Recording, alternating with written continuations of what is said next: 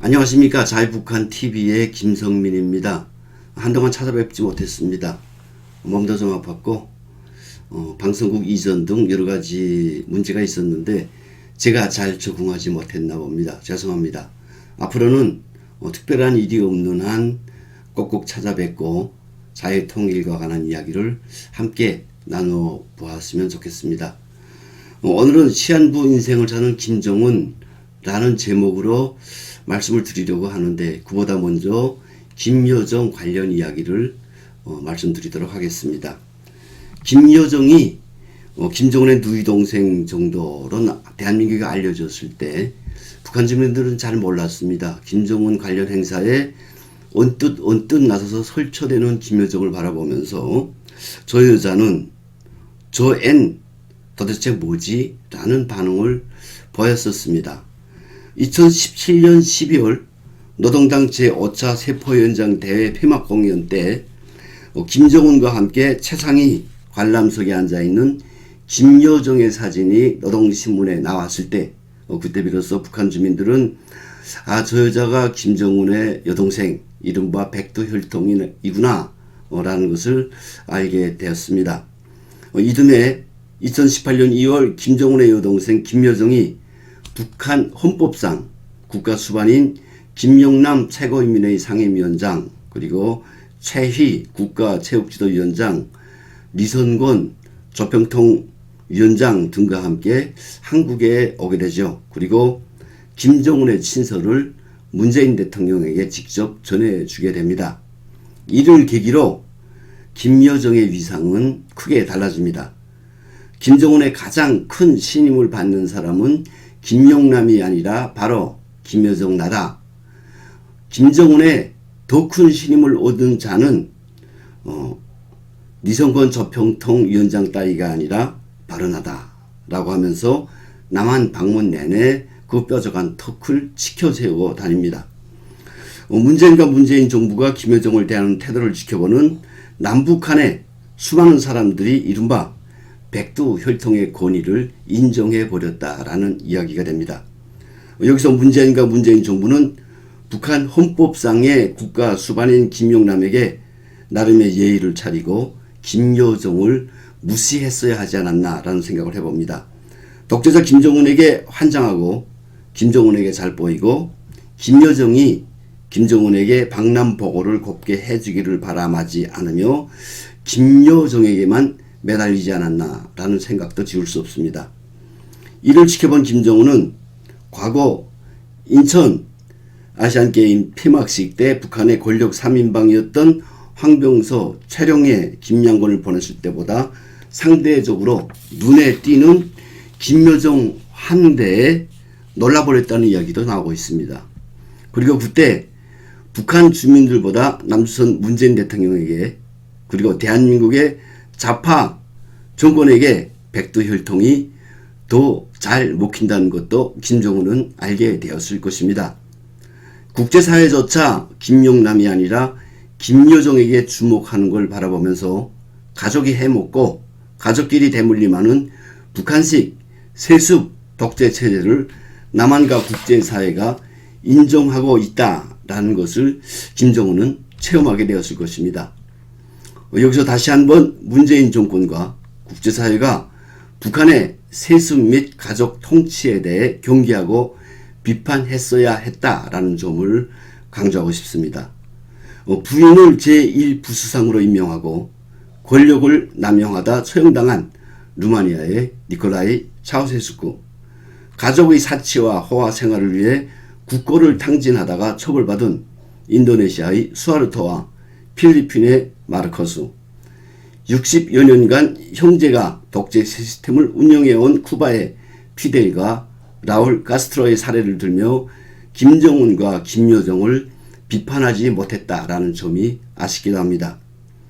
이렇게 못 본 척 하거나 방치했던 김정은과 김여정이 이제 드디어 또 다른 세습통치, 이른바 3.5대 세습을 공공연하게 자행하고 있음을 우리는 보고 있습니다. 6월 4일 김여정은 노동신문 담화를 통해 탈북민 대북전단 살포를 맹비난하고 나섰습니다. 남북 간의 연락사무소 폐쇄, 개성공업지구 완전 철거, 9.19 남북 군사합의 파기 등 응분의 조치를 각오해야 할 것이라며 날카로운 반응을 보였죠. 그리고 닷새 만인 9일 낮 12시부터 모든 남북 간 통신 연락이 차단되어 버렸습니다. 조선중앙통신에 따르면 그 전날인 8일 김여정과 김용철 당중앙위 부위원장이 대남사업 부서 사업정화회에서 위와 같은 지시를 내렸다는 것입니다.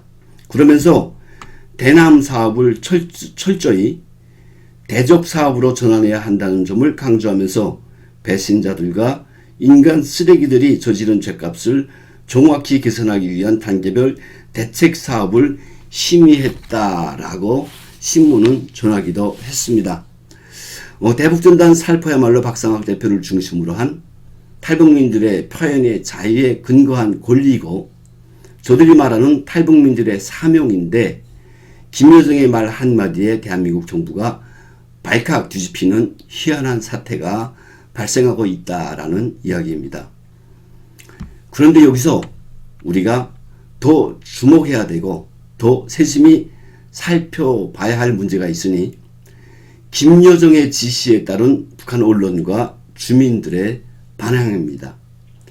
지역적이고 상대적인 것이 아니라 북한의 전체 신문과 방송이 김여정 노동당 제1부부장의 지시 관철에 달라붙고 있습니다.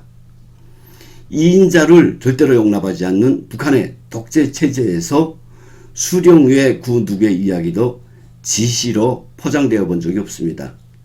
북한 역사에서 가장 큰 부분을 차지했던 최영곤이나 김책, 강건, 남일 그리고 소위 말하는 김정일 시대의 호담과 연형묵, 김계관 등의 이야기가 그 누구의 지시로 된 바 없다는 것을 우리는 너무나 잘 알고 있습니다. 그런데 이제 33살밖에 나지 않은 그 어린 그 시건방진 김여정이 그 많은 원로들을 제치고 노동당 제1부부장이란 하찮은 직함을 갖고 북한 주민들에게 지시를 내렸고 전 주민들이 그 지시 관철을 위해 목에 핏대를 세우고 있습니다.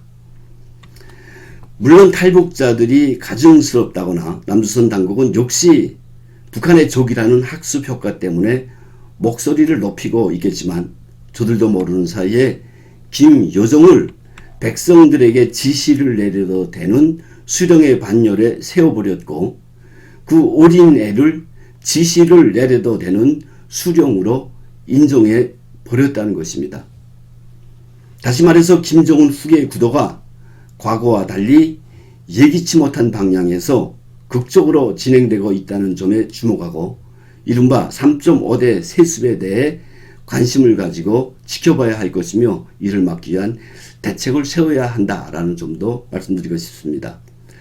뉴데일리를 통해서 말씀드린 바 있지만 5월 중순까지만 해도 북한은 노동당 선전선동부를 통해 북한의 작가 예술인들에게 김여정 동지를 친근한 당중앙이라고 호칭할 때 대한 이른바 지침을 하달한 적이 있습니다.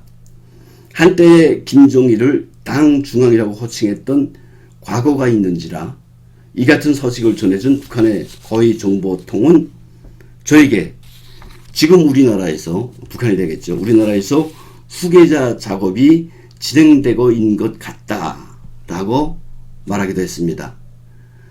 그렇게 암암리에 작가 예술인들이 문학예술 작품이나 저들의 활동을 통해서 김여정 후계 작업을 진행해 오던 마당인데 대북전단이 살포됐고 이때다 이를 기화로 생각한 김정은이 김여정에게 노동신문 담화를 발표하도록 했으며 그를 갑자기 후계자의 반열에 세워버렸다라고 저는 생각을 합니다.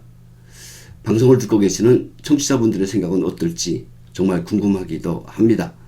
과거의 경험상 대북전단 문제를 걸고 대한민국에 윽박지르거나 서히 요구하면 남한의 좌우파 정권이 금방 꼬리를 내렸고 친북 좌익 세력이 분기탱천했고 전단의 본질을 모르는 접경지역 주민들이 아우성을 치고 있었다는 점에 주목했다. 한마디로 저들의 주장이 먹힐 수 있다는 점을 감안해서 이른바 김여정 치적 만들기가 진행되고 있다라고 보아야 할 것입니다. 이런 저희 생각이 맞다면 도대체 37살밖에 안 난 김정은이 후계 구도를 생각할 만큼 북한 내에서 커다란 변고가 일어나고 있지 않냐라는 점에도 주목해야 할 것입니다. 김일성 생일과 같은 주요 행사에 나타나지 않았다가 가물에 콩나듯 띄엄띄엄 나타나 인민생활 향상을 주문하고 있는 김정은. 살아있음을 과시하고는 있는데 숨이 붙어서는 도저히 하기 싫은 이름하여 후계 문제를 논해야 하는 김정은의 현재 상황을 어떻게 봐야 할까요? 결국 김정은이 시한부 인생을 살고 있다고밖에 설명이 되지 않는 이 문제를 앞으로도 여러분들과 더 많이 소통하면서 이야기를 나누도록 하겠습니다. 오늘 준비한 자유북한TV 여기까지입니다. 감사합니다.